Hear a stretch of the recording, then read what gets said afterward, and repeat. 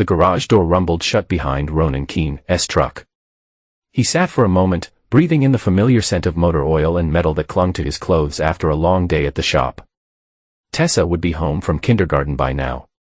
The thought of his daughter's smile pulled him from the driver's seat. Ronan moved with a deliberate precision that defined him, each step measured, each movement economical. Old habits from his Marine days. He unlocked the side door and stepped into the kitchen. "Tessa," he called out, no answer. The house felt wrong. Too quiet, too still. Ronan's senses heightened instantly, the tactical awareness that had kept him alive overseas, now scanning for threats in his own home. "Daddy," the small voice came from the living room. Relief washed over him as he rounded the corner and found Tessa sitting cross-legged on the carpet. Crayon in hand, hunched over a drawing. But the relief evaporated when he saw her face. Her eyes were wide, her small mouth pulled into a tight line. "Hey kiddo," Ronan knelt beside her, one hand gently touching her shoulder. "Everything okay?" Tessa glanced toward the hallway, then back to her father. She leaned in close, her voice dropping to a whisper. "Mommy said I must never tell you what's in the wall." Ronan kept his expression neutral despite the alarm bells clanging in his head. "What wall, sweetheart?" Tessa pointed a small finger toward the wooden panel behind the couch, a decorative piece from the previous owners that Laurel had insisted on keeping during their renovation. "She put something there." "When you were at work," Tessa's voice trembled. "She said it was our special secret." Ronan stood, ruffling Tessa's hair. "It's okay. You did not do anything wrong." He moved the couch aside, examining the panel. It looked undisturbed, but Ronan noticed the screws were slightly misaligned. He retrieved a screwdriver from the kitchen drawer and carefully removed the panel. Inside the wall cavity, nestled among the insulation, sat a small black camera. Ronan recognized the type, high definition, motion activated with remote viewing capabilities. He touched it lightly, still warm. The camera was positioned to capture his favorite armchair where he sat every evening to read or work, where he and Tessa often reviewed her schoolwork, where he paid bills, reviewed bank statements, made phone calls. "Daddy," Tessa asked, her voice small. "Are you mad?" Ronan turned to his daughter, schooling his features into a calm mask despite the rage simmering beneath. "No, baby, not at you. Never at you." He replaced the panel carefully, leaving the camera undisturbed. Then he pulled Tessa into a hug. "Where's Mommy now?" "She said she had to go to the store. She told me to stay inside and not answer the door." Ronan nodded, his mind already calculating. "How about we make some dinner? Grilled cheese, okay?" Tessa nodded enthusiastically, the tension in her small shoulders easing slightly. As she followed into the kitchen, Ronan's thoughts raced. He would not confront Laurel. Not yet. The camera meant surveillance, and surveillance meant she was watching him for a reason. The sound of a car pulling into the driveway made them both look up. Laurel was home. "Remember, this is our secret for now." "Okay." Ronan whispered to Tessa, who nodded solemnly. The front door opened. "Hello, my loves." Laurel's voice rang through the house, bright, cheerful, utterly false. Ronan placed the sandwiches on plates, and met his wife's eyes as she entered the kitchen. She was beautiful. She'd always been beautiful with her honey blonde hair and wide green eyes. But now he saw the calculation behind that beauty, the subtle tension in her smile. "How was your day?" he asked, his voice betraying nothing of his discovery. Laurel set down her shopping bags and kissed Tessa on the top of her head. "Oh, you know, the usual HR disasters." She laughed, the sound practiced and hollow. "Everyone wants something."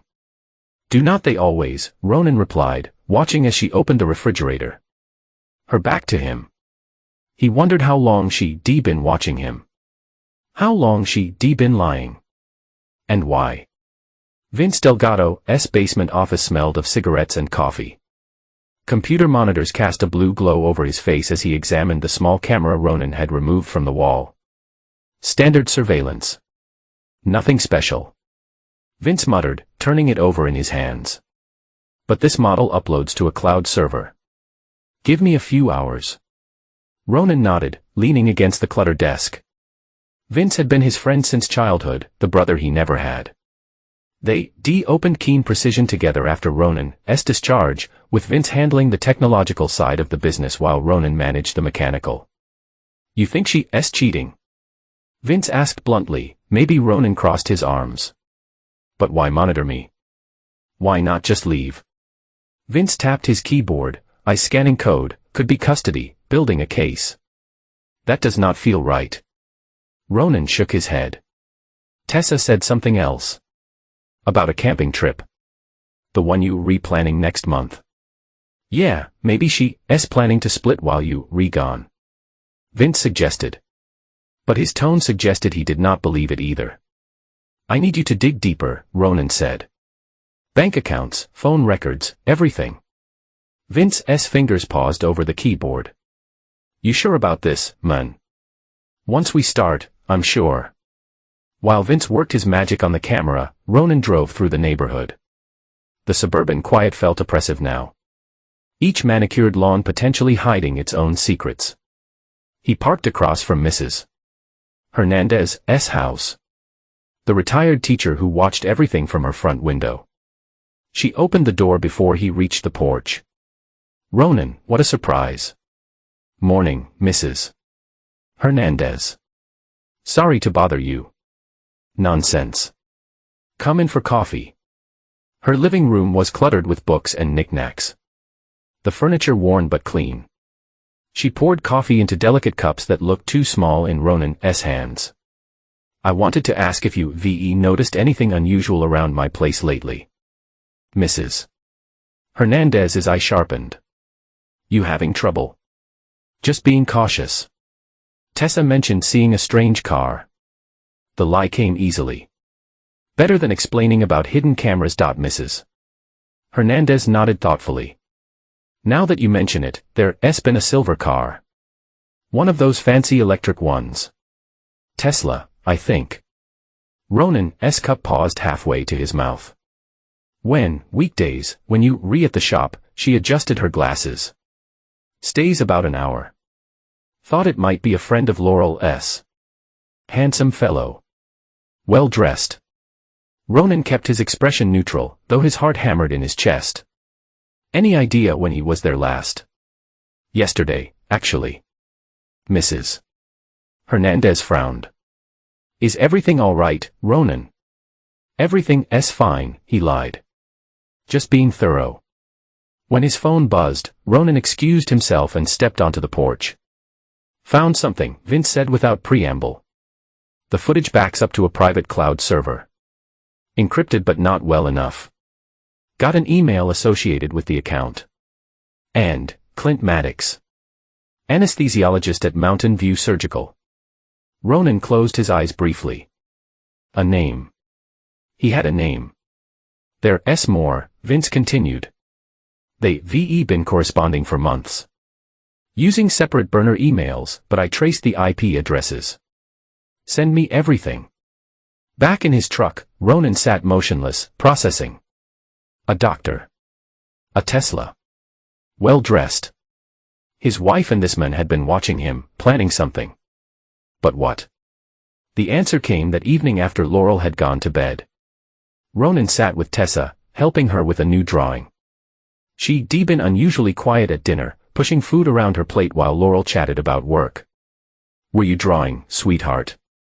He asked. Tessa's small hands moved carefully over the paper. Mommy and the men. Ronan's blood ran cold. What men? Tessa looked up at him. Her eyes saw him. The men who visits when you not home. He has shiny shoes. On the paper, two stick figures stood together. The taller one held something in his hand, something long and pointed. What's that he's holding? Ronan asked, keeping his voice casual. A knife. For cutting. Tessa continued coloring. They said you'd be gone by the camping trip. Ronan stared at the drawing, his daughter's innocent words crashing through him like a physical blow. The camera, the secret meetings, the camping trip, they were planning to kill him. Over the next week, Ronan moved through his life like a ghost, performing the routines of husband and father while waging a silent war. He installed his own surveillance, tiny cameras and light fixtures, a GPS tracker on Laurel's car, monitoring software on their home network. He took samples of their food before eating, checked the locks twice each night, and never turned his back on his wife that ate the garage. He converted the small office into a command center. Vince set up monitors showing feeds from Ronan's house, while they compiled evidence on a bulletin board: photos, receipts, transcripts of conversations. She withdrew another 10 grand last week. Vince said, tapping a bank statement, that makes $80,000 over 6 months. Ronan nodded, studying the image of Laurel at the ATM. Where's it going? Working on it. Vince rubbed his eyes. She's using multiple accounts, moving money between them to obscure the trail. And Maddox, clean record, too clean. Vince pulled up a profile on his screen: board certified, specializes in painless procedures, divorced twice, lives in that new development on the north side, drives a silver Tesla. Ronan finished. Yeah, how do you know? Neighbor saw it. Ronan studied Maddox's professional headshot: handsome, confident, cold eyes. What about phone records? Vince handed him a printout. She's using burners. 3 different ones over the past month. But I managed to access her iCloud backups. You played an audio recording. Laurel's voice filled the small office, unusually tense. If we do not do it by next week, he'll start asking questions. We use the sedative, same dosage as the DEAR protocol. A male voice responded, smooth and confident. I'll bring everything we need. You just make sure he drinks it. And Tessa, she'll be fine. Kids are resilient. Ronan's hands clenched in fists. DEAR protocol, medical terminology maybe. Vince suggested Maddox works with animals at some rescue center on weekends. Find out more. Ronan stood abruptly. I need to pick up Tessa from school. The kindergarten parking lot was nearly empty when Ronan arrived. He spotted Tessa's teacher, Ms. Shaw, walking toward her car. She noticed him and changed direction. Mr. Keene, she called. Good timing. I was hoping to catch you. Anna Shaw was younger than most of the other teachers, late 20s, with dark curly hair pulled back from her face. She had an earnestness about her that Ronan respected. Is Tessa okay? He asked. She's fine. She's with the after-school group. Ms. Shaw glanced toward the playground. But I want to talk to you about some of her recent drawings. She pulled a folder from her bag and opened it to reveal several papers covered in Tessa's distinctive artwork. Children process emotions through art. It helps them express things they might not have words for. Ronan looked at the drawings: more images of the men with a knife, a house with dark shadows, stick figures with sad faces. Has there been tension at home? Ms. Shaw asked carefully. My wife and I are going through some things. Ronan answered, which was not exactly Al. Shaw nodded, accepting this. Tessa mentioned her mother has been picking her up early some days. Taking her to meet Mom's friend. Ronan's jaw tightened. How often? Twice this week. She hesitated. I noticed a friend waiting in a silver car. I would not normally mention it, but Tessa seemed afraid of him. Ms. Shaw met his eyes directly, and he was not on your approved pickup list. Ronan took a slow breath. I appreciate you telling me this. Mr. Keene, she touched his arm lightly. If you need help, their resources will be fine. He interrupted, more sharply than intended. Then, softening his tone. Thank you for looking out for Tessa. As he walked toward the playground, Ronan's phone buzzed with a text from Vince: found property records. Call me. Tessa's face lit up when she saw him. She ran across the wood chips, backpack bouncing. Daddy, you came early. He swept her up, breathing in the scent of crayons and apple juice. Thought we could have some daddy-daughter time. How's that sound? Her small arms tightened around his neck. Can we get ice cream? Absolutely. Over rainbow sprinkles and chocolate sauce. Ronan watched his daughter carefully. Tessa. Has Mommy been taking you to meet her friends sometimes? Tessa looked down at her ice cream. We're not supposed to talk about him. I know, but it's okay to tell me. She nodded slowly. He has a big house with a pool. Mommy says we might live there someday. What do you think about that? I do not want to. Her lower lip trembled. He smiles funny, not with his eyes. Ronan reached across the table, gently squeezing her hand. You will not have to, sweetheart. I promise. That night, after Tessa was asleep, Ronan sat in his workshop in the garage. The call with Vince had confirmed his suspicions. Laurel and Maddox had purchased property together, a remote cabin near Cripple Creek, using shell companies to hide their identities. They've been planning this for months. He was examining the deed when headlights swept across the driveway. An unfamiliar car parked at the curb of a rental, based on the sticker in the window. A woman emerged, her silhouette achingly familiar despite the years. Juno Keene. Ronan stepped onto the driveway, watching his mother approach. She aged well, still elegant at 64. Her silver hair cut in a sharp bob, her posture military straight. She stopped a few feet away, uncertainty crossing her face. Hello, Ronan. Why are you here? He asked, his voice flat. May I come in? When he did not respond, she sighed. Please. It's important. He led her to the kitchen, where they sat across from each other at the table. 26 years since she walked out. 26 years of silence. You look well, she said. Cut the small talk. Ronan crossed his arms. What do you want? Juno's expression hardened into something more familiar, the strategic mind that had always calculated 3 moves ahead. I heard something concerning, about Clint Maddox. Ronan kept his face impassive. Who? Do not play dumb, Ronan.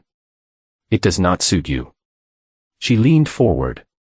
He's being investigated for misuse of sedatives at his clinic.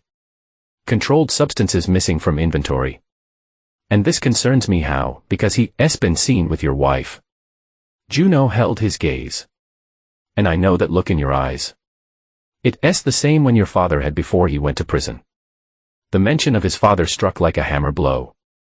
Frank Keene had spent 5 years behind bars for nearly beating a man to death, his mother's lover. The reason she left. My marriage is none of your business. Ronan said coldly.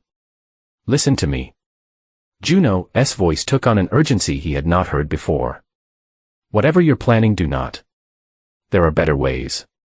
Like running away, the bitterness escaped before he could stop it. Juno flinched. I deserve that. But I'm trying to prevent you from making the same mistakes. Why now? After all these years, she looked down at her hands. The first sign of vulnerability. I have contacts in medical licensing. When Maddox's name came up linked to missing drugs, I did some digging. Found out about the property in Cripple Creek. She met his eyes again. And the life insurance policy. Ronan went still. What policy? $500,000 on your life. Juno pulled a folder from her bag, sliding it across the table. Taken out 3 months ago.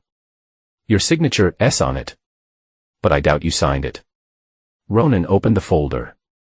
There was his name, his forged signature, Laurel as the sole beneficiary, payable upon accidental death.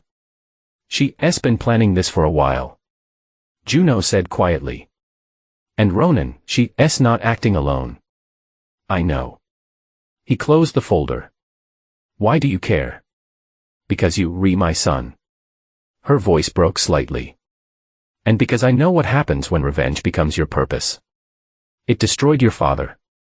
I would not let it destroy you too. Ronan stood.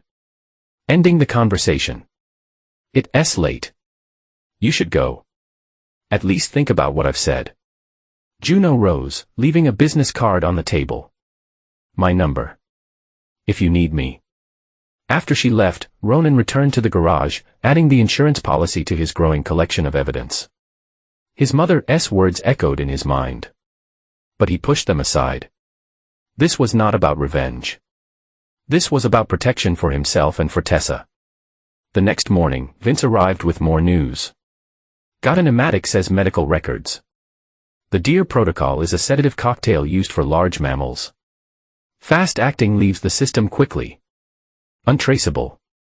Ronan asked. Not if you know what to look for. Vince handed him a small device. I modified this to detect the compounds. Run it over food or drinks before consuming. Ronan pocketed the device. What about the cabin? Remote. No neighbors for at least a mile. Vince pulled up satellite images. One road in. Cell services spotty. Perfect place to stage an accident. Ronan nodded slowly. A plan forming. I need you to get me inside. Cameras. Audio the works. Breaking and entering now. Vince raised an eyebrow. That's a felony. So is attempted murder. Ronan's voice was steel. Can you do it? You know I can. But are you sure this is the play? We could go to the police with what we have and say what? That my wife is talking about sedatives with her doctor boyfriend, that I found a camera. Ronan shook his head. We need them to make a move to commit. Vince looked troubled. This is dangerous territory, man. I've been in dangerous territory before. Ronan checked his watch. I need to meet with Tessa's teacher. Set things up at the cabin and call me when it's done. Michelle Inez was waiting for him in her classroom. The children were at recess, giving them privacy to talk. Thank you for coming, she said, offering him coffee from a thermos. I've been worried about Tessa. Has something else happened? Ronan asked, declining the coffee. She made this yesterday. Inez handed him a drawing, a house near water. Stick figures inside. She said it's her mommy's taking her after you gone. Ronan studied the crude depiction of the cabin. Did she say anything else? That her mother has been practicing. Inez hesitated. Practicing what I do not know. But she seemed frightened. I appreciate you watching out for her. Ronan's voice softened. Not many would get involved. Inez's expression turned fierce. I grew up in the system, Mr. Keene. 7 foster homes. I know what it's like when adults who should protect you do not. The admission surprised him. Her file had listed an education degree from Colorado State. Glowing recommendations, nothing about foster care. Call me Ronan, he said. And thank you. She nodded, her professional demeanor returning. What can I do to help? Keep Tessa safe during school hours. Do not let anyone pick her up without checking with me. First, even my wife. He met her eyes. Things might get complicated soon. I understand. She did not ask questions. Just accepted the gravity of his request. She'll be safe here. That evening, Ronan set his trap. Laurel was preparing dinner when he entered the kitchen. Moving behind her to kiss her cheek, a performance he perfected over the recent days. I've been thinking, he said, leaning against the counter. We need a break. Just the two of us. She turned, surprise flashing across her face. What about Tessa? My friend Mike could watch her for a weekend. The lie came easily. I found this great cabin rental near Cripple Creek. Secluded. Romantic. Laurel's eyes widened slightly, alarm or excitement. He could not tell. When were you thinking? This weekend. Ronan watched her carefully. Unless that's too soon. No, she said quickly. This weekend is perfect. Later, Ronan listened as she made a call from the bathroom. Water running to mask her voice. He could not hear the words, but he knew who was on the other end. The pieces were falling into place. Vince confirmed the cabin was ready, wired with cameras and microphones. Every angle covered. Whatever happens there, we'll have it on record. Ronan nodded, checking the small bottle of saline solution in his pocket, identical to the sedative Maddox would provide, ready for the switch. And Tessa, my sister's expecting her. She'll be safe. As Ronan packed for the trip, Tessa watched from his doorway, clutching her favorite stuffed elephant. Do you have to go? She asked in a small voice. Ronan knelt her level. Just for 2 days, kiddo. And then things will be better. I promise. He hugged her tightly, praying it was a promise he could keep. The cabin looked exactly as it had in the satellite images. Rustic, isolated, with a small deck overlooking a stand of pines and distant mountains. Perfect for a romantic getaway. Perfect for staging an accident. Laurel moved around the space with nervous energy, unpacking groceries and examining the rooms while Ronan brought in the luggage. She'd been unusually quiet during the drive, checking her phone repeatedly. No service. Ronan commented, setting their bags in the bedroom. Guests were really disconnected. There's Wi-Fi. She replied quickly, then caught herself. I mean, the listing mentioned Wi-Fi. Let's unplug completely. He approached her, hands on her shoulders. Just us. Like the old days. Something flickered in her eyes, hesitation. Perhaps regret. For a moment, he glimpsed the woman he married, the woman who once held their newborn daughter with tears of joy, who had supported him through nightmares and adjustment after his service. That woman was gone now, replaced by a stranger wearing her face. I'll make dinner, she said, slipping away from his touch. Ronan watched her move around the kitchen, noting how she positioned herself to keep him in view. He pretended not to notice, playing the role of unsuspecting husband, pouring wine, making conversation about safe topics. All the while, he was hyper-aware of the small device in his pocket. Waiting for the moment to it came after dinner. Laurel suggested a nightcap by the fireplace, whiskey for him. Wine for her. When she went to the bathroom, Ronan quickly passed the detector over his glass. It lit up instantly. The sedative was already in the drink. With practiced sleight of hand, he emptied the glass into a potted plant and filled it with water from his bottle. When Laurel returned, he raised his glass in a toast. To new beginnings, he said. She clinked her glass against his, watching intently as he drank. To new beginnings. For the next hour, Ronan carefully mimicked increasing drowsiness, slurred words, heavy eyelids, slumped posture. Laurel grew more alert, checking her watch, texting quickly when she thought he was not looking. I think he mumbled, I need to lie down. She helped him to the bedroom, solicitous and concerned. You really out of it. Must be the altitude and alcohol. He agreed, allowing himself to fall heavily onto the bed. Stay with me. I'll be right back, she promised, pulling a blanket over him.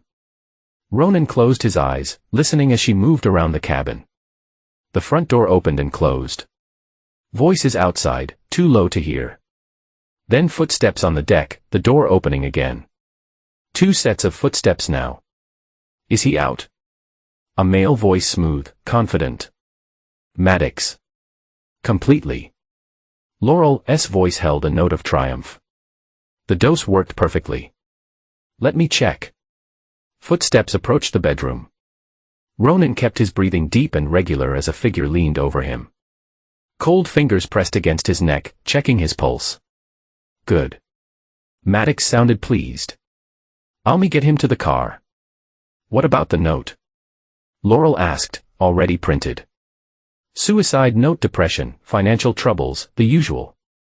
Ronan fell hands, gripping his arms, beginning to drag him from the bed. He let them move impartially before making his move. In one fluid motion. He grabbed Maddox's wrist and twisted, using the man's momentum to throw him off balance. Maddox stumbled backward with a shout of surprise as Ronan rose to his feet. You not even creative. Ronan said, his voice deadly calm. Laurel screamed, backing away. Ronan, what? Shut up. He did not look at her, keeping his focus on Maddox, who was regaining his balance. Both of you, living room. Now Maddox's hand moved toward his pocket. Ronan stepped forward, stopping him with a hand around his throat. Whatever you reaching for, do not. He applied just enough pressure to make breathing difficult. Move. In the living room, Ronan directed them to sit on the couch. Laurel was trembling, mascara streaking down her cheeks. Maddox maintained his composure, though his eyes darted around, calculating escape routes. How long? Ronan asked, standing before them. How long have you been planning to kill me? Silence. Answer me. His voice cracked like a whip. 6 months, Laurel admitted, her voice small. Since January, Ronan nodded, unsurprised. And Tessa, what was your plan for her? She would have been fine. Maddox said smoothly. Children adapt. Do not. Ronan, cut him off. Do not pretend you care about my daughter. You pulled out his phone, activating the recording app. Now you going to tell me everything. From the beginning, Laurel looked at Maddox, who gave a slight nod. We met at a medical conference. She began. I was representing our company. He was a speaker, and you decided I needed to die. Ronan's tone was conversational, belying the rage beneath. It was not like that at first. Laurel's words came faster now. We were just talking, flirting. Then it became more. You were so distant. She continued, accusation creeping in her voice. Always at the garage or with Tessa. Never with me. So you put a camera in our wall. Her eyes widened. You knew. I know everything. Ronan pulled out his tablet, displaying images, bank withdrawals, property deeds, the life insurance policy, the money, the cabin, the insurance fraud. We can explain. Maddox began. Save it for the police. Ronan turned back to Laurel. When did it change from an affair to murder? She looked away. Clint said a divorce will be messy. You fight for custody. Take everything. He was right about that. Ronan agreed coldly. Maddox suddenly lunged forward, reaching inside his jacket.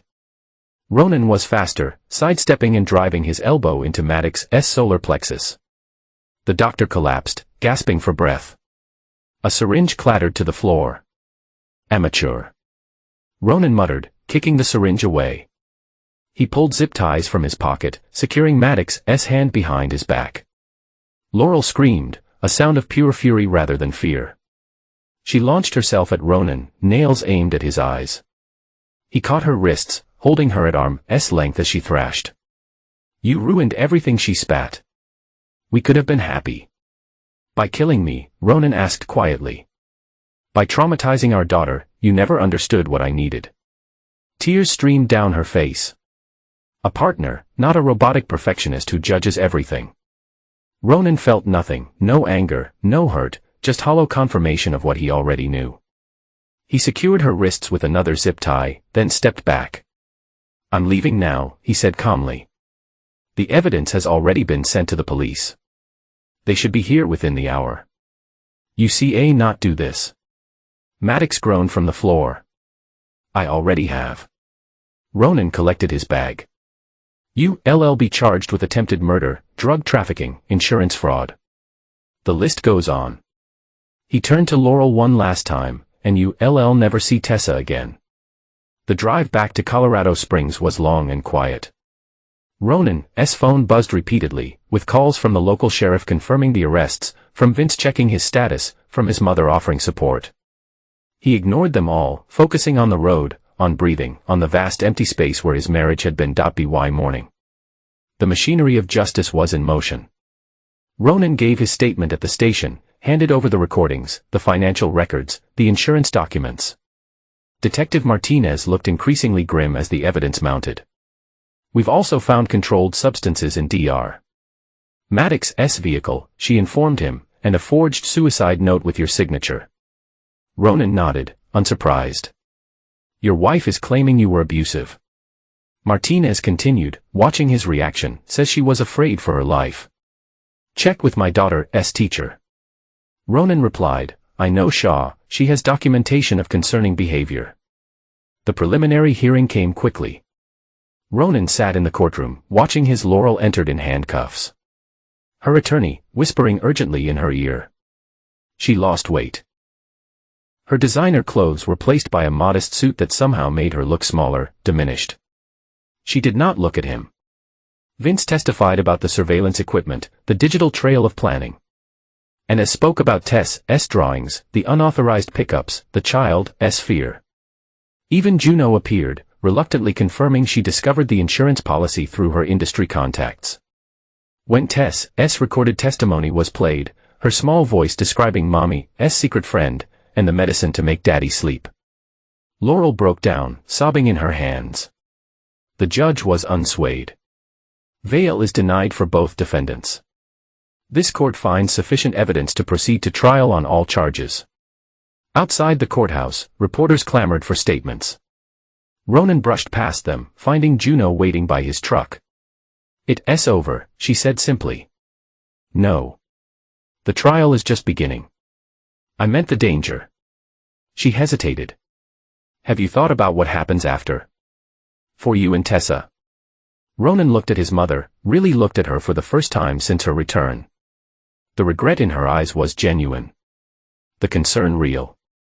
"We'll manage," he said, less harshly than before. "You do not have to do it alone." She touched his arm lightly. "I know I have no right to ask for a second chance." "You do not," he agreed. "But Tessa might need a grandmother." It was not forgiveness. Ronan did not believe in second chances, but it was something.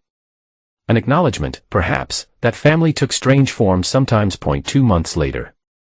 Ronan stood in the empty house, watching his movers carry the last boxes to the truck. The sale had gone through quickly. No one wanted to stay in a home filled with such betrayal. He found a new place outside town, a small ranch with views of the mountains. Room for Tessa to play. Space for him to breathe. Inez had helped with the search. Her practical nature cutting through real estate agents' sales pitches. She'd become a friend during the chaos. Maybe something more someday when the wounds were not so fresh. Tessa ran through the emptied rooms, her footsteps echoing. "Is our new house ready?" "Already," Ronan confirmed. "Your room has that mural you wanted. The phoenix." Her eyes lit up, rising from the fire. He knelt her level. "Time to say goodbye to this house." She looked around thoughtfully, then slipped her small hand into his. "I'm not sad, Daddy." "No." This was the quiet house.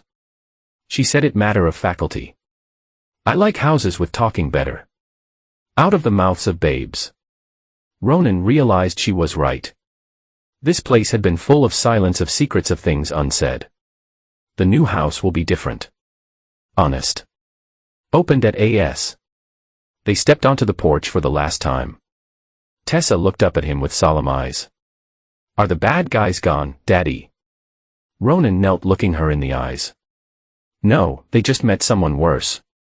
Someone who would do anything to protect what mattered. Someone who knew that family was not just blood, but choice. Someone who had learned, finally, to recognize the shadows and the suburbs and the quiet dangers of ordinary life." He took his daughter's hand and together they walked toward the future, leaving the quiet house behind.